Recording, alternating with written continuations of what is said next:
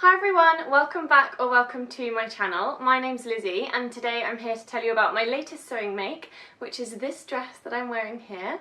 And it's the first thing I've made this year specifically with autumn and winter in mind. This dress has been a little bit of a hacked version of the Tilly and the Buttons Meghan Dress.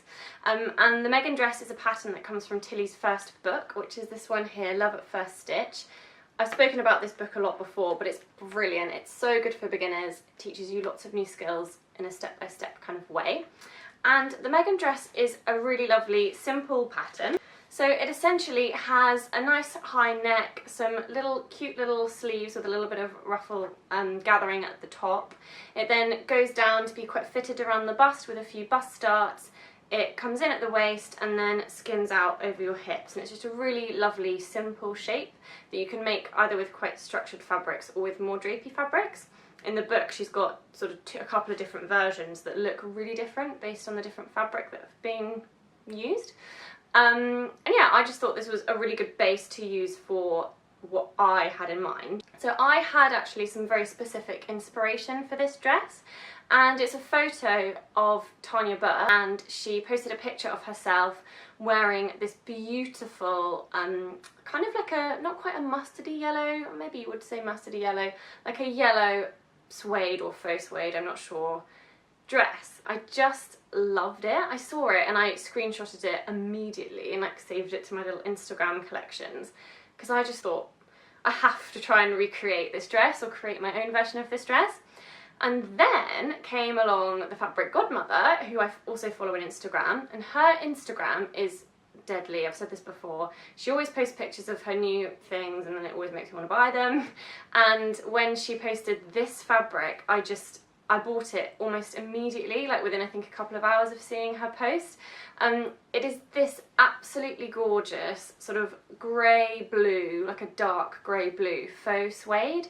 It's soft like butter. I just love it, and I bought 2 meters of it. This fabric featured in my latest fabric haul video, so I'll link that in the corner now if you haven't seen it yet. But yeah, so I bought this fabric with this Tanya Burr dress in my mind. That's what I wanted to make with it. So yeah, I thought the Meghan dress could be a really good base for that. I'll show you the dress now, shall I? And then I'll kind of tell you what I did to alter the Meghan dress into this. So what I've ended up with is this dress, and I'm so pleased with it. It's got this nice high neckline. I've gone for longer sleeves with the ruffles on the end of the sleeves. They're sort of peplum style ruffles, but I have gathered them a little bit just to give them an extra bit of shape. Yeah, then it comes in and I've made it quite fitted on the bodice and at the waist, and then let it have a little bit more room out and around my hips with more ruffles on the end. And I'm just so happy with it. I hope you like it too. And yeah, it wasn't very difficult at all in practice to adapt the Meghan dress pattern, because essentially I've not done very much at all to it. I lengthened the sleeves and obviously added my circle peplum style ruffles to the end. And these, I have gathered them on a little bit just because they didn't have very much shape when I initially did it without gathering them up. So I made the ruffle pieces a bit bigger, put some gathers in to give it that nice shape. And then the only other place that I really changed it actually was sort of at the waist and the bodice. I'll kind of stand up and try and show you. So when you look at the pictures of the Meghan dress in the book, it's like relatively loose fitting and kind of body skimming, but I decided I did want it to be quite nice and tight here. So I've taken it in here to make it nice and fitted, and then yeah, but then it does sort of go out again to be a nice shape over the hips. So that's pretty much all I've done to it. And then obviously I shortened it and then added my nice ruffles on the end. So super easy, simple hack really. But this was quite the mission. This dress has taken me weeks to finish, like weeks and weeks. And it's, even though it's actually a relatively simple sew, the reason being I had a massive blunder. So this fabric is obviously really special. This beautiful faux suede is just absolutely stunning. But where I do my sewing is in we've got like an open plan kitchen living room, and I do it at our dining table. but there's no lights like directly above the dining table. So I kind of just struggle on in the gloom really. So I was pretty much done. All that was left was to add the sleeves and to add the ruffles. And I tried it on, of course, to kind of check on the fit. And I realised that the fabric was inside out.